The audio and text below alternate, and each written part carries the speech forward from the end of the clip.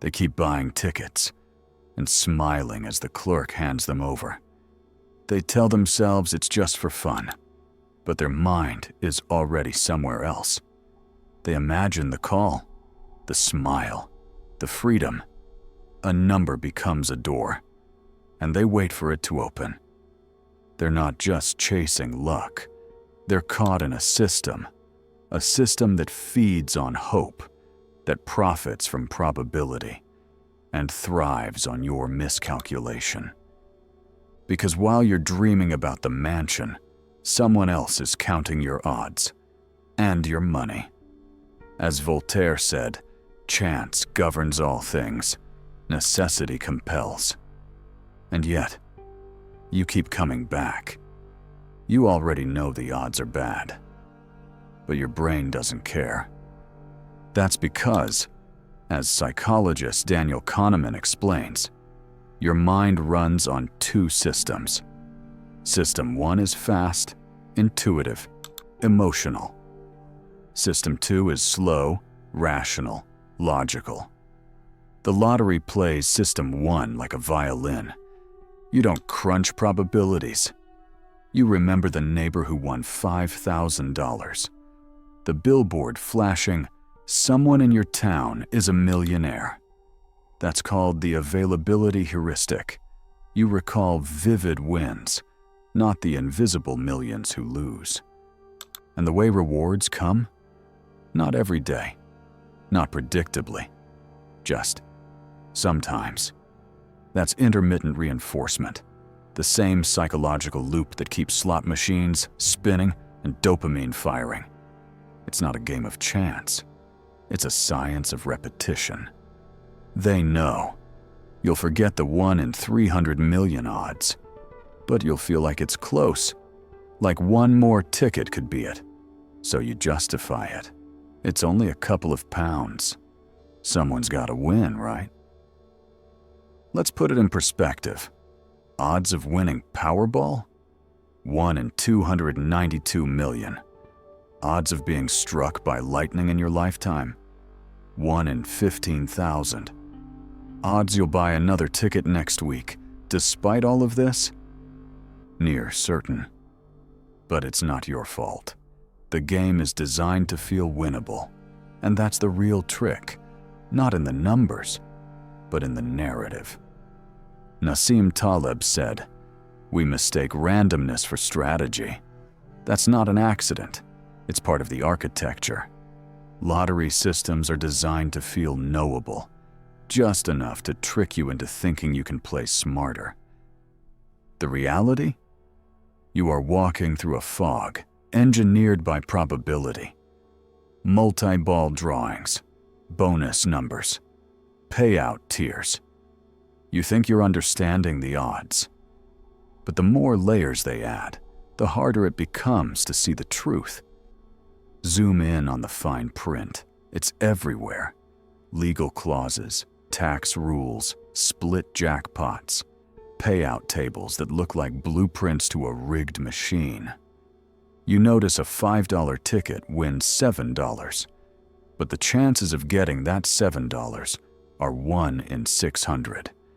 They don't advertise that. The illusion is that someone must win. The reality is, the house always does. Even the jackpot is a psychological lure. It's advertised as $500 million, but after taxes, splits, and cash lump sum deductions, you're looking at barely half. Why so complicated? Because confusion is profit. If you don't fully understand the system, you can't fully resist it. The game feels transparent, but it's a mirror maze, and the exits all lead back to the counter. You think the lottery is just a harmless game, but behind the scratch cards and dream ads is a machine, a billion-dollar engine of state-sanctioned gambling. This is not Vegas. This is your government. The lottery industrial complex turns chance into income for schools, roads, programs, and sometimes just the general fund. Philosopher Michael Sandel calls it a moral sleight of hand, a system that sells hope to the most vulnerable and justifies it as funding education. But let's look at who's buying.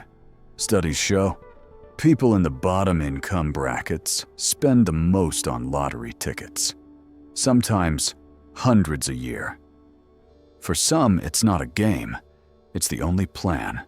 They call it a hope tax, a few dollars for the feeling that maybe, just maybe, your life could finally change. But that feeling, it's the product. And like any good product, it's marketed with precision. Billboards in low-income neighborhoods, TV spots during daytime hours, smiling faces of winners, while the losers disappear in silence. Hope sells, but the system collects. A rational player doesn't dream, they calculate. According to Richard Thaler, the father of behavioral economics, we're wired for loss aversion. We fear losses more than we value gains. So when a lottery ticket costs £2 but offers a dream worth millions, the brain ignores probability and chases emotion. That's how the system wins.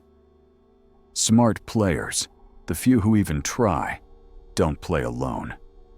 They form syndicates, groups who pool money to buy thousands of tickets, increasing odds just enough to edge out randomness. They don't play for fun. They play like data analysts. But even they lose, because most lotteries are structured so that even optimized strategies have negative expected value. Translation: no matter how smart you play, the math still beats you. Game theory calls this a dominated strategy, a move where every option leaves you worse off than doing nothing. So what would a truly rational player do? Either refuse to play, or play in a way the system didn't plan for. That might mean studying human behavior, not just numbers, or using the lottery as a social mechanism, not a financial one. But here's the uncomfortable truth. In most cases, the smartest move is to step away from the board entirely. As the film War Games once said, the only winning move is not to play. So, if you decide not to play, you can look for other routes, like discovering the compounding power of smart choices. Ask yourself, what if I invest my money in an exchange-traded fund instead of in lottery? The answer is, you would be winning. There's a deeper trick behind every lottery. It's not about money. It's about mythology. Every ticket whispers a modern version of Joseph Campbell's call to adventure. You were meant for more. You just need a miracle. But that's not a real journey. It's a false narrative with no arc, no growth, no return. Just a loop, powered by hope and reset with every loss. Campbell spoke of heroes who descend into chaos, battle shadows, and return transformed. That's not what the lottery offers. The lottery says, skip the struggle, skip the tests, just scratch and win. But real transformation doesn't come in a flash. It comes from leverage, from creating systems, value, skill. So if you want to chase something extraordinary, don't bet on luck. Build your own probabilities. Control your inputs. Design your odds. Play the long game, not the loud one. That's the real story.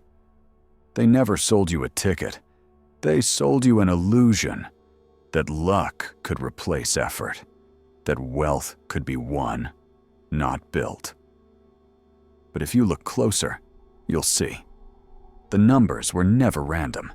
They were arranged to distract, to dazzle, to delay. They knew exactly what they were doing. But now, so do you. You see the blueprint. You see the patterns. You're not inside the system anymore. You're outside, looking in. And that's the beginning of control. So let go of the fantasy. Let the blank ticket float away. Not in surrender, but in sovereignty. Because real power doesn't come from scratching boxes. It comes from writing your own odds. What's the biggest illusion they sold you? Drop it in the comments below.